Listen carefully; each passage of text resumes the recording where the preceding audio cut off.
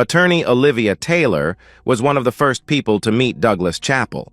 She was introduced by the head of GE Schenectady's administrative offices. At first sight of the tall, very handsome executive, Olivia had a personal attraction that took all her professional poise to suppress. She would have to work with him after all, and she was not the kind of woman who gushed over a man or openly flirted. Douglas Chappell was the new chief of the Real Estate Tax Division of GE Schenectady. Olivia was a senior associate attorney in the corporate counsel's office. The Real Property Group was a separate but associated office at GE Schenectady. Doug wasn't Olivia's boss, and he wasn't exactly above her in the corporate strata. However, he was a rising star, and one clearly destined for great advancement. He was also amazingly handsome and possessed that unique set of personal attributes defined as charisma. His arrival sent a shockwave through the female staff of GE Schenectady, from the women in the production plants to those in the executive suites.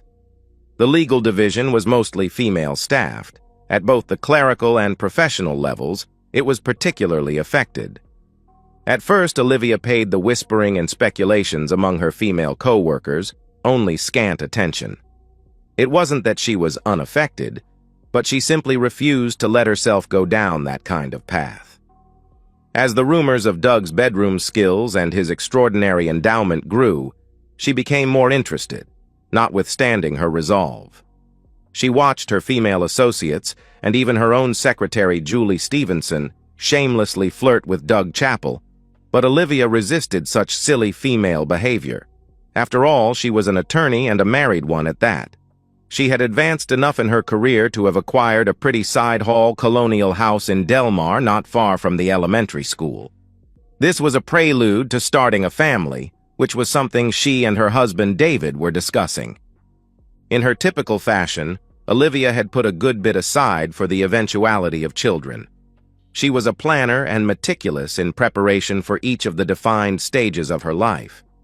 To some, her marriage to David at the end of college and before law school might have seemed precipitous, but in fact, it was part of a carefully considered strategy. David began teaching middle school science while she went to law school. David put off his career ambition of becoming a marine biologist. He had envisioned himself living on a boat in a more southern climate. That was the kind of romantic dream David was prone to, and a substantial part of what endeared him to his more practical wife. As their married life turned out, David enjoyed teaching, and in the last 2 years, he returned to graduate school nights and summers. However, with their 2 incomes, the couple were now well prepared for becoming parents. David's dream would stay just that. A dream that was beached on the bank of the Upper Hudson River. Their dog, Buster, came along as the only unexpected wave in Olivia's ordered existence. Buster was a rescue. Olivia's husband, David, took his class to the animal shelter on a school trip. At the shelter, David discovered a forlorn little pup, seemingly too ugly of form to be an easy adoption. But ever the romantic, David fell under the spell of 2 big brown eyes. David overlooked the awkward and ugly countenance of the Irish Wolfhound and St. Bernard mix and brought the newly christened Buster home to meet Olivia. She, at first sight, had had her doubts about this addition to their diminutive household, but it seemed a small compensation for the loss of a big dream. The puppy grew into a monstrously large, ugly dog that scared visitors, but only for a moment. Buster was an affectionate giant whose only threat was that he might lick you to death. Olivia had found herself loving the great beast almost as much as she loved her husband. They were 2 big, lovable creatures who looked odd and fierce, but were loving and beautiful within. Olivia had a house, a dog, and a happy, contented marriage with the promise of children to come. Or at least she did, until Doug Chappell began his move on her.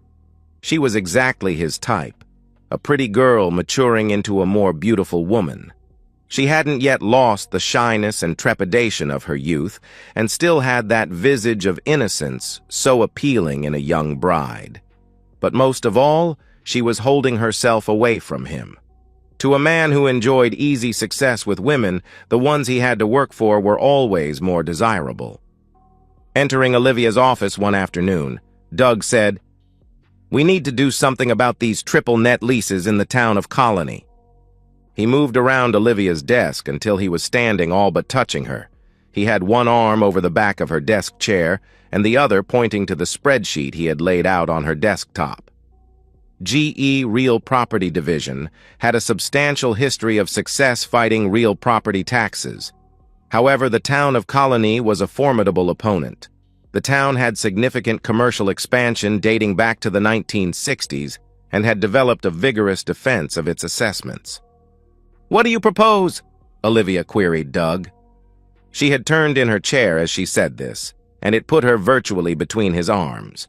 She was close enough to feel the heat of his body, and she felt his almost magnetic pull.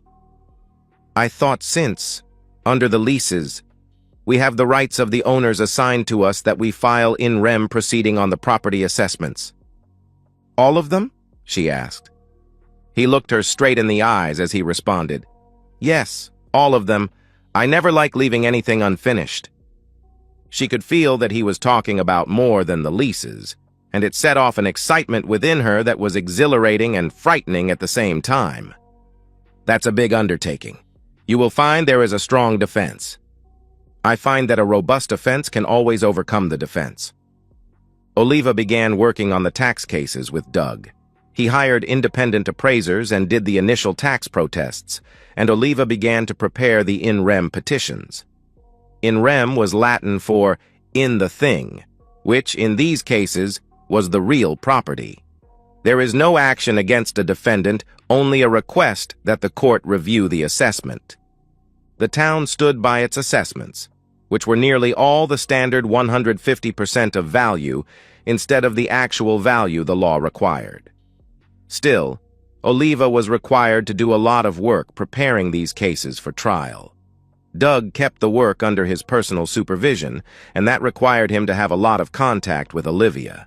He wasn't kidding about putting forward a significant offense both in the tax cases and against Olivia's resistance to his sexual advances. She fought hard, even though she wanted nothing more than to capitulate at his first advance.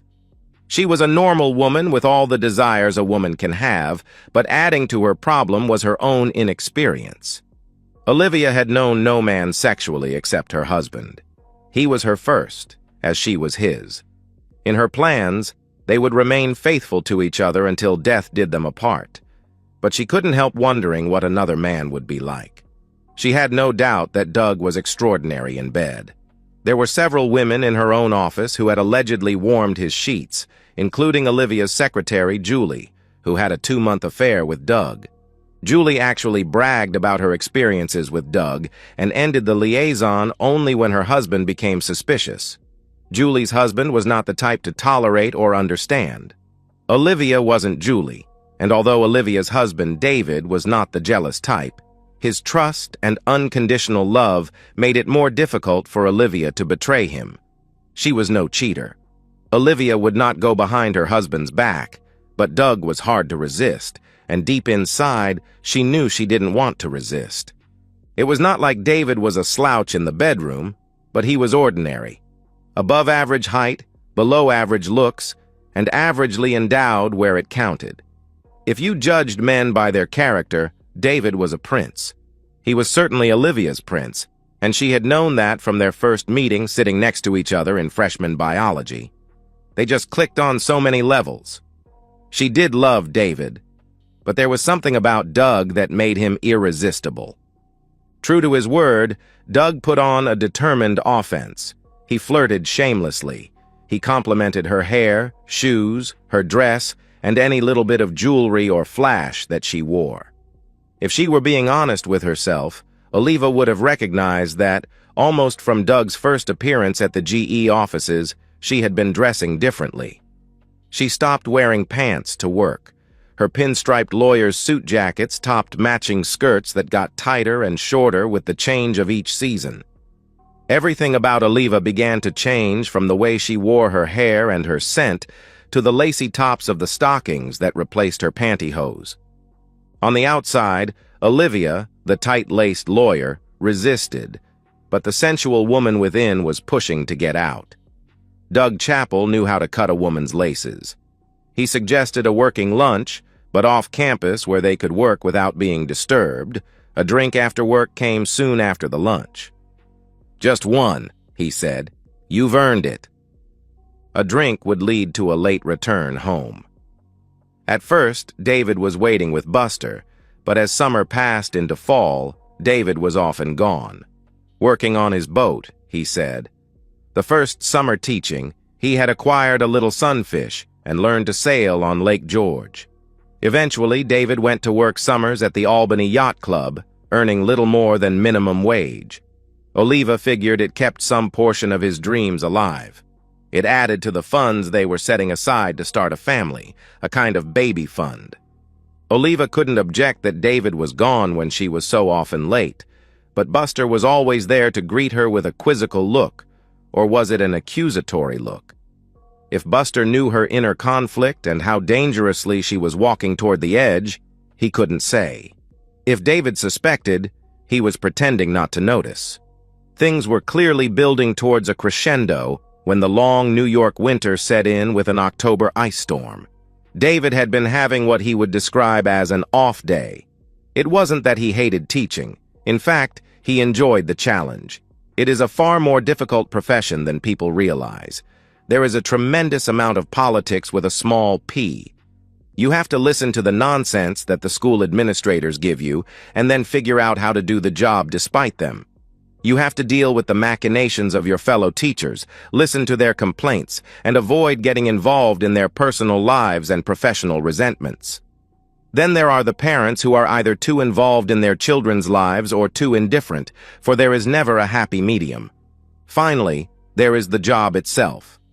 David taught 3 classes of 9th grade general science with an average of 26 students to a class, 78 students in all. Year in and year out, they trooped through his class, ignorant of the physical world around them and concerned only with who was dating who, what their favorite pop star or rapper was doing, and most of all, how they looked and were perceived by their fellow 9th graders. He would be the first to admit that he had it easier than the English, math, or social studies teachers. Science was a subject that could grab a student's attention, particularly if you caused a small explosion at the start of class. It was easy to get their attention, but harder to keep it, and in that way, he had the hardest job of all, finding a way to convey the rules of the universe to the future builders and shapers of our society. He realized how dangerous for society an ignorance of science could be. His was a responsibility complicated by the administrators, parents, politicians, religious leaders, and a grossly ignorant society that saw his job as simply to prepare his students to pass a series of standardized tests designed by the foolish for the ignorant. David had a job you could easily hate, but which he had come to embrace. Still, he was reaching a point where he was beginning to dread a future tied to a classroom. He longed for his lost dreams and sailed his little boat on the cold Hudson when the weather permitted. Unfortunately, the weather was terrible that October day. Overlapping layers of cold and moisture in the atmosphere brought neither rain nor snow, but sheets of ice that covered the roads, trees, and utility lines. By noon, an emergency declaration had closed the schools and most businesses. He knew that Olivia's Audi was no match for this weather, so he drove his old diesel Ford pickup over to get his wife. Her Audi could sit in the company lot overnight, and he would drive her safely home and back to work the following day. David arrived at the GE campus in Schenectady at mid-afternoon. He was expecting that he would need to drag Oliva out of her office early. He found most of the GE lots already empty, and he was surprised to see Olivia walking from her building. However, she wasn't alone. There was a tall fellow walking beside her, holding an umbrella in one hand, while his other arm was clearly around Olivia's waist. The way they were moving together spoke of familiarity and a relationship that was more than 2 co-workers sharing an umbrella. There are times when you observe a student struggling in a course. They are doing the work, but the point of the lesson is eluding them. 1 minute they are struggling in the dark, and then their eyes light up and they have it. Maybe it was something the teacher demonstrated or said, but more often the insight is just there. A moment when all the disparate threads come together and understanding follows. David had such a moment, but he wasn't the teacher. His wife, Oliva, was. As she crossed a bit of icy pavement, Olivia leaned into the strange man she was walking with, putting her head to his chest and her arm firmly around him. It might have been the prudent act of a woman trying to avoid a fall, but her actions were far too comfortable. There was no hesitation. She was a married woman clinging to a man who was not her husband, but she showed no awkwardness or unease. At that moment, David knew the meaning of all the little signs that he had seen, but not recognized until that instant. The way she had been dressing for work, the vague, distracted manner she had been displaying at home for months, and her being seriously and consistently late in getting home. It should have been obvious before, but he had been unsuspecting. He had been naive and blinded by love. His first inclination was to drive away, but that wasn't who he was. He turned his truck and pushed gently on the gas pedal, bringing his truck between the couple, beneath the umbrella, and the entrance to the parking lot. Oliva and Doug looked up as the truck stopped blocking their way. Doug looked as if he would curse David out, but before he could, David rolled down the window and leaned out. "Thought my wife could use a lift home," David said. He could see that the man holding the umbrella swallowed whatever expletives he was about to utter. Oliva just stood frozen, her mouth gaping open. David leaned out the truck's window into the freezing rain. He looked his wife in the eyes and said, "Get in." There was a jagged tone of menace in his voice. Olivia extracted herself from Doug and scurried around the truck to open the passenger door and get in. As she did, David stared hard at Doug, who tried to smile back. When Olivia was firmly in the vehicle, David nodded to the man holding the umbrella and put the truck into drive. The journey to their Delmar house would usually take about 30 minutes, but the inclement weather prolonged the trip to over an hour. It seemed a lot longer to the occupants of the truck's cab. They traveled in silence until they turned onto the bypass in the town of Bethlehem. Moments from home, David poked the beehive. "Were you ever going to tell me about him?" asked David, his voice barely a whisper. Olivia was looking out the passenger window, and she did not turn to look at him. She contemplated denial, but then decided she had nothing to deny. "No, because there is nothing to tell. Doug is a co-worker. I like him, and he likes me."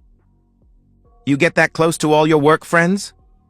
"No, of course not," Oliva said, and paused a moment before she went on. "Doug is something special to me. We are close in a way that is more than simple friendship." As his Ford turned up Delaware Avenue headed for Delmar Place and their little 3-bedroom colonial house, David contemplated his wife's statement. "Just how far has this friendship gone with Mr. Umbrella?" "His name is Doug. Douglas Chappell. He works in the real property office."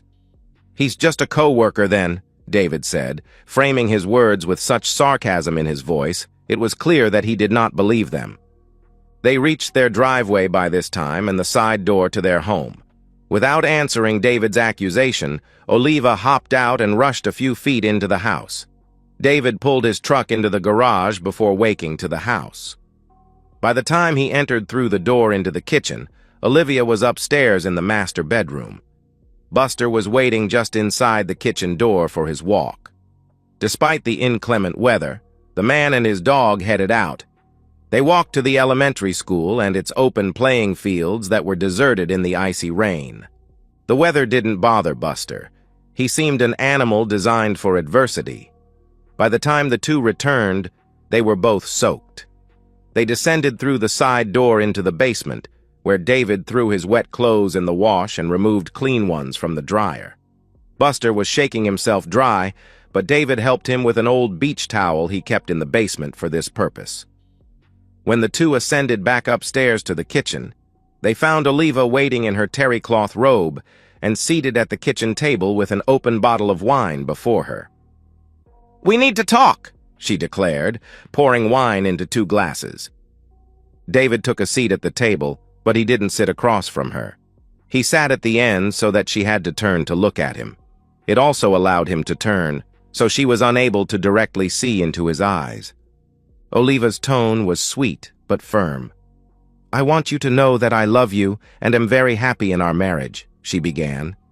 "But while nothing of a romantic nature has happened with Doug, it is fair to say we have a strong attraction to each other." "And what is that supposed to mean?"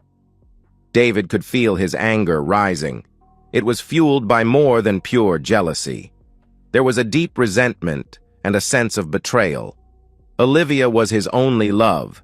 In truth, theirs was his first and only relationship. She was his first girl, and with her, he had found a sense of fulfillment and togetherness that filled a void in his life. She was talking again, and something in the way she carefully phrased her words reminded him she was his wife, the lawyer. A woman who was loving and caring, but whose profession is to assemble words to a purpose. "It means that we have a strong marriage, and I'm totally committed to it. I love you, but I'm no more able to control my every desire than you are. I'm a woman with all the physical limitations of my intimacy. We can't help who we are attracted to. I have known no other man but you. That I'm tempted by Doug is a fact. I can't deny it." "And?" he said. "Because there is something more, so say it." She sighed. "This isn't easy. I've given it a great deal of thought, and I need to get Doug Chappell out of my system. It is too hard working with him every day and not knowing what he would be like." "Like?" he prompted. "You're the only man I've ever been to bed with. He is supposed to be spectacular. I can't help being curious, and he's let me know that he wants me. Yet I haven't even kissed him, and I won't, unless—" She let that last word hang in the air, but David had turned away while she was speaking, and with her last word, he rose and said, "Buster needs feeding." Olivia let the matter drop. She was caught between the love she had for her husband and the desire she had as a woman. It had been 3 weeks since the ice storm. The climate had changed, and it was an unusually warm November. The weather seemed to become more unpredictable each year. There was a late-season hurricane in the Caribbean, but between Oliva and David, there was a hard freeze. They had been barely speaking since the talk, or rather Olivia's monologue at the kitchen table. When Oliva returned to work after the storm, Doug wanted to know what had happened with David. "He wasn't violent?" Doug asked. "Was he?" "No, he was shocked, I guess, and certainly hurt. He's not a violent man." "Well, it seemed to me that he had murder in his eyes," Doug claimed. "No, he's just hurt." "I hurt him," Oliva said as she walked away. Doug was not a physically brave man, and David's appearance belied his mild temperament. This was unlike Julie Stevenson's husband, Louis, whose short stature and slight build concealed a violent temper. Thanksgiving came and went, and soon Christmas was upon them and the office holiday party. It was a small affair, just the one building and devoid of alcoholic stimulation. Still, everyone made an appearance, even if brief. By that December, Doug had already had his way with the majority of the more attractive females at GE Schenectady. None of the ladies had complained. It was only his conquest of Oliva that had failed to succeed, but the contest was not yet over. Since the unfortunate and untimely appearance of her husband on that icy October day, Olivia had kept her distance. But with the passage of time, things began to look promising again. Doug managed to catch Olivia just outside her office as the party began to break up. The next thing she knew, they were in her office with the door closed and making out. "I can't," she said, pulling away. "Why? You said your husband wouldn't give us trouble." "It's still cheating. I owe David better than that." "And what do you owe yourself?" he said. "You know what you want. You can't deny this." He pulled her into a tight embrace and kissed her. Try as she might, she responded and put the heat of her barely containable passion into her kiss. It took all her will to break away. "I'm sorry," she sobbed. "And we're just about out of time," a frustrated Doug said. "What?" she asked. "I'm being promoted to the New York City headquarters. I'll be leaving at the end of January." "They haven't announced that yet," she replied. "It won't be official until the first of the year, but they told me to get ready to move." With that, he kissed her again, but Olivia continued to refuse him. On her way home, Olivia thought over her situation. She wanted Doug, but not forever. His leaving was a good thing, but it felt as if she were about to miss something that would not come her way again. She loved her husband, David, and wanted a home and family with him. However, suddenly motherhood felt like a trap that was closing in on her before she had an opportunity to experience life. Doug had asked what she owed herself. Didn't she owe herself some experiences before she grew old? Was she missing the chance to be with someone like Doug Chappell? If he were leaving, she would miss her opportunity, and she knew it would not come again. By the time she pulled into her driveway, she had convinced herself that she needed to be with Doug at least once before he left for the NYC offices. But she wasn't going to cheat. She would have a conversation with David and explain to him that she wanted this one opportunity to experience something different. In a way, Doug's imminent departure would make it easier. It would just be a one-off, and then he would be gone, and she and David could go back to the comfortable life they had. But she would have had this experience. She needed to find the right time to broach the subject with David. She didn't want to come out with it as some kind of fait accompli. It should be a starting point in a discussion where they could reach a mutual understanding to do precisely what she wanted. Of course, she didn't see it exactly that way. Usually they spoke, and she got her way. Few marriages grow to be truly equal. In most, one party is dominant. How dominant is the point of friction? In the case of Olivia and David, she was dominant, and there was little friction between them. David had so far acquiesced entirely on every issue in their marriage. Still, unfortunately, that was why Olivia's current desire was about to spark an earthquake that had been building. She decided that the best time to hit David with the fact of her desires was just after dinner and before they adjourned to their bedroom for intimacy. Olivia chose the Sunday evening after her office holiday party. She made David's favorite pot roast for dinner. She took care to primp herself up after dinner while David was on the couch, streaming one of his nature shows. About 9 o'clock, she slipped in next to him on the couch. He turned to her as he caught the faint trace of her Chanel perfume. Before he could speak, she placed a kiss on his lips, and then she said, "I want to talk about the problem that's been between us." "Problem?" he asked. "My attraction for Doug Chappell." "This Doug would be Mr. Umbrella?" he asked. "Yes, the man in the parking lot," she said. "I'm attracted to him." "What does that mean?" he asked. "He wants me sexually," she said and paused. "And I want him." She felt his body tense next to her, and then he pulled away. She wouldn't accept his rejection, and she moved to press her body to his. She laid her head on his chest and took his hands in hers. "It doesn't change how I feel about you," she said. "I will want you always. It's just that I want him now in the moment, and only physically." David wasn't having it. He gently pushed her away and held her at arm's length. He made her look him in the eyes as he responded. "What are you trying to tell me? Have you slept with him? Because this is not what a wife says to her husband unless she is confessing something." She smiled and looked back into his eyes. "I would never sleep with him," she began, "without telling you first." "So, you're telling me?" he questioned. "I'm telling you I want to have this fling before we have kids. We've set aside enough to start a family, but we've hesitated. We've been waiting. I've been waiting, and now I know why." "And that is?" he asked. "I've never been with another man. I never knew what that was like. I was too controlled when I was younger. I never experienced life. I was too busy studying to enjoy college or law school. I just want this one fling before we settle into what will be a good life and a great marriage and family. I want just my one brief encounter." "You want to have an affair with Mr. Umbrella," he all but shouted. "No, only an encounter. He is getting promoted and will be going to the main offices in NYC. He's leaving after the new year. I want only a few days with him right before he leaves. A weekend and nothing more." "And if I say no?" David asked, although he already knew the answer.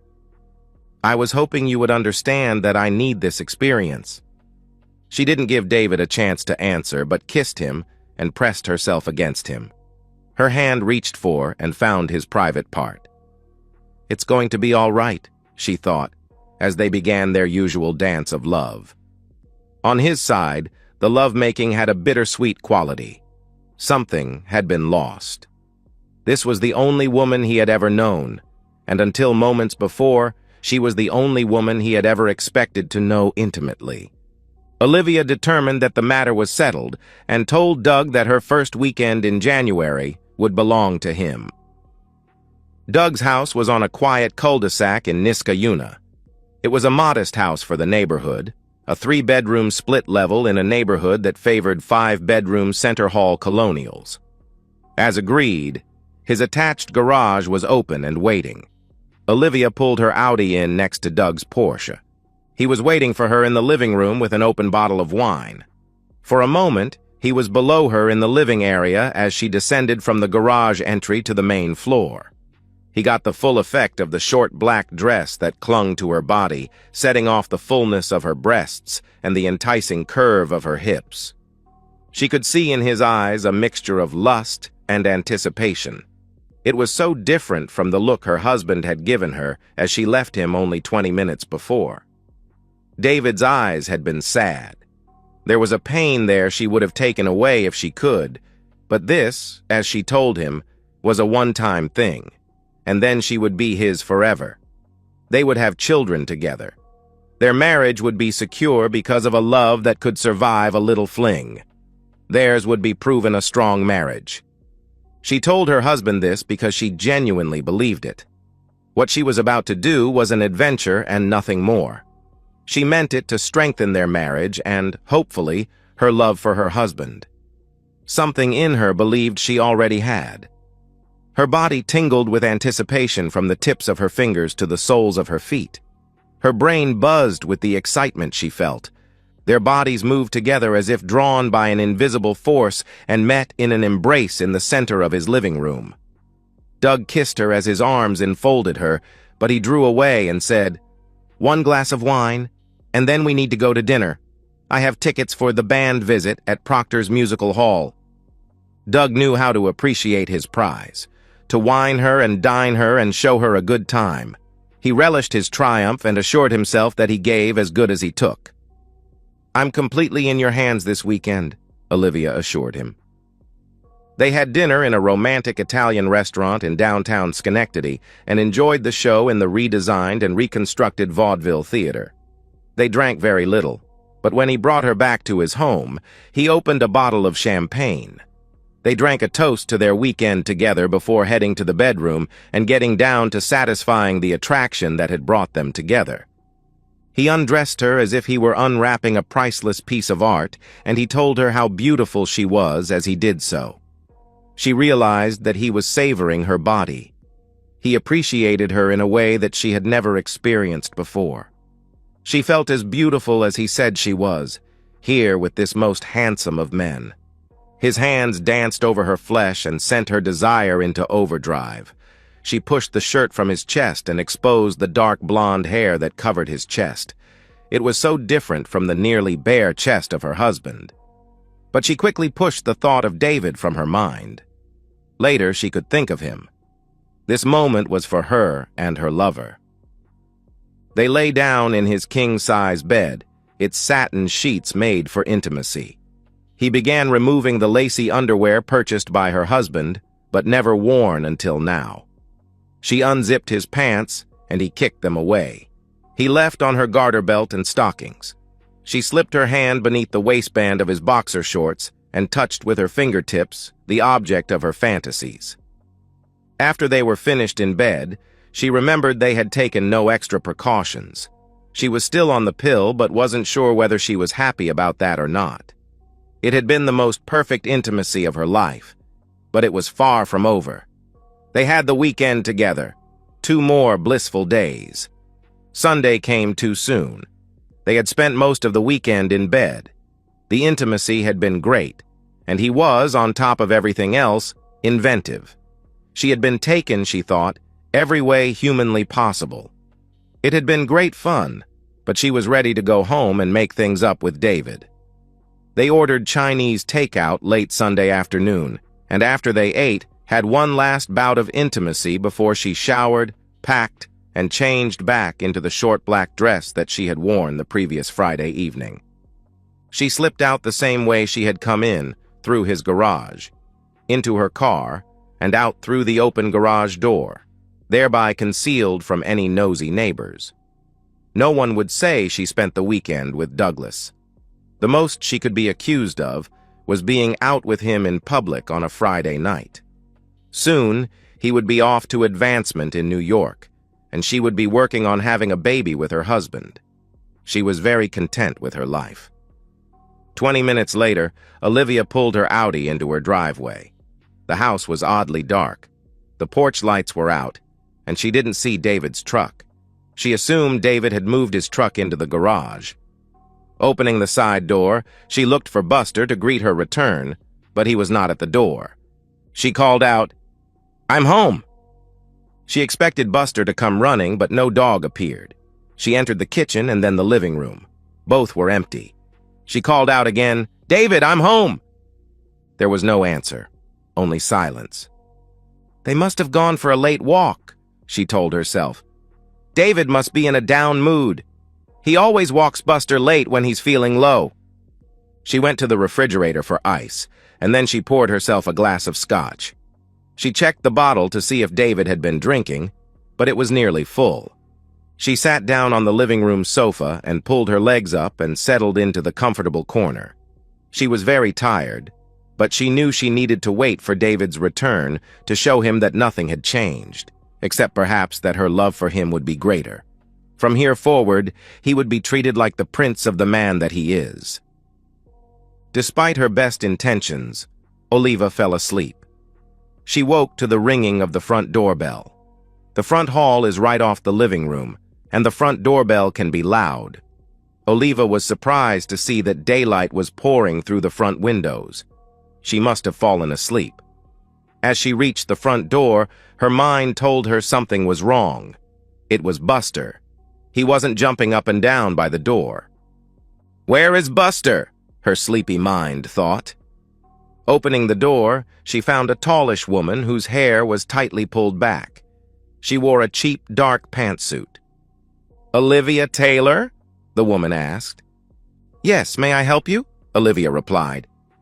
"Mrs. David Taylor?" she asked. "Yes. What is this about?" "I'm Detective Sylvia Marks," the woman announced, flashing a gold badge. "May I come in? I need to ask you some questions." Olivia instinctively stepped back to allow the detective to enter, but then it hit her. "Oh no!" Olivia exclaimed. "Did something happen to David?" Detective Marks proceeded into the living room where she turned and gave Olivia a head-to-toe look-over. Olivia was still wearing the clothes she had returned home in the previous evening, the short black dress she had worn to dinner with Doug. Oliva realized how inappropriate her dress was for the early morning and felt exposed and embarrassed. "Not that I'm aware of," the detective replied. "I'm here about Douglas Chappell." "Doug? I mean, Mr. Chappell, what about him?" she asked. Olivia felt very exposed and confused, which apparently was what the detective desired. "He was attacked last night as he put his trash out in front of his home," the detective began as she pulled a small notepad from her pocket. "He claims to have been jumped by a man wearing a ski mask and wielding a small club." "Oh my God, you're here because you suspect David?" Olivia asked. "Actually, no," Detective Marks said with a bit of a smile that she could not suppress. The corners of her mouth turned up as she said, "David Taylor has been eliminated as a suspect, although I will admit in the circumstances he was our first thought. particularly since Mr. Chappell was so quick to tell us he had spent the weekend with you." Detective Marks's smile had turned into a bit of a smirk. Olivia felt sick and went to sit down on the couch, but ended up all but collapsing into it. Detective Marks followed suit and sat down on the edge of a wingback chair facing Olivia. "You said my husband was not a suspect?" Olivia asked, her voice trembling a bit. "No. The manager and staff of the Albany Yacht Club say he launched his boat, the Amor, into the river yesterday afternoon and sailed south. Considering the time of year, they thought it best to keep track of him by his VHF radio, and they can place him in the Hudson around Poughkeepsie at the time of the attack." "Boat?" Olivia asked, having begun to regain some of her professional composure. "He took his little sailboat out on the river in January?" Olivia finished incredulously. Detective Marks referred to her notebook. Flipping a page, she said, "A 38-foot Catalina, according to the yacht club manager. Apparently he purchased it in December and had been getting it ready this last month. They say he is fortunate there is so little ice on the river this winter. They believe he is headed south." Olivia jumped up and ran up the stairs. Everything in the master bedroom looked to be in its place, until she looked further and realized that some of David's possessions were missing. Little had been taken from his closet, which was filled with his work clothing, but his dresser drawers were all but empty. However, it was on her dresser that she found his note, or rather a greeting card nicely sealed in an envelope. The card's outside face read, "How can I tell you how sorry I am?" Inside there was a little text poem, but she merely glanced at this because he had left her a handwritten note. "Dear Olivia, I've accepted a job in Florida with a small marine research institute. It's just an entry-level position, but it's a start. I'm sorry to leave like this, but I couldn't stay in this marriage any longer, and I think you were right when you said, we should experience life before we truly settle down. I will miss you, but I'm not sure I love you any longer. I've taken the money set aside in our baby fund and bought a boat that I can sail south and live on when I get to Florida. Do what you want about the house and a divorce. Hope you're not mad and that things work out with that umbrella guy. Goodbye. David." Detective Marks heard Olivia's anguished cry and came upstairs to investigate. Finding Olivia crumpled to her knees on the bedroom floor, she helped the woman up and to a seat on the bed. Sylvia felt a little guilty as she settled Olivia down and asked if she could get the grieving woman a drink. Sylvia was not altogether fond of attorneys. In addition, Sylvia had lost her own husband to another woman and was less than sympathetic to someone stepping out on their spouse. However, now she was reacting as one deserted woman to another. "Let me make you some tea," Sylvia offered. No, I'll be fine," Olivia replied. "Let's go back to the living room and I will answer your questions. I really have only one. Whether you observed Louis Stevenson at any time during these last few days that you spent with Mr. Chappell." "You mean my secretary Julie's husband?" "Yes," the detective replied. "But I've never met him. I have no idea what he looks like." "I have a picture of him," the detective said, and handed Olivia what was clearly a mugshot of a rough-looking man. Staring at the photograph, Olivia shivered and said, "I'm sorry. I've never seen him before." "Oh, well, it was just a possibility. The victim couldn't identify him, but I thought if he was stalking you two this weekend, you might have caught a glimpse of him." "I didn't see him stalking us at any time." "Do you think he attacked Doug?" Olivia asked. "Yeah, he's a likely suspect," Sylvia began in a cool, professional voice. "He has a record for assault and a history of jealousy. Once we eliminated your husband, he was the obvious choice. He has an alibi, of course, provided by a group of friends. I was hoping you could place him near the scene so I could break his alibi." "Sorry, but I can't help you. Will Doug be okay?" Olivia asked. "He was beaten rather badly, particularly about the genitals. He's in the hospital, but I would wait a few days to visit him." Olivia nodded as they descended the stairs. "I can't see him for a day or two," Olivia said. "I'm going to have to go after my husband and beg his forgiveness." "That may be difficult," Sylvia said. "He is probably sailing under the George Washington Bridge as we speak." With that last comment, Detective Marks took her leave of the Taylor residence. Detective Marks was wrong in one regard. By the time she left his former home, David Taylor and his dog Buster, aboard the 38-foot yacht Amor, had passed the Statue of Liberty and exited New York Harbor. Then, David made a starboard turn to head south by southeast and put New York on his stern and his marriage in his past. And that's the end of today's story. If you enjoyed it, please give this video a thumbs up and drop a comment below. Your support helps the algorithm push my content further. If you're new to the channel, don't forget to hit that subscribe button. It really helps me keep creating more stories for you. Thanks for watching, and I'll see you in the next one.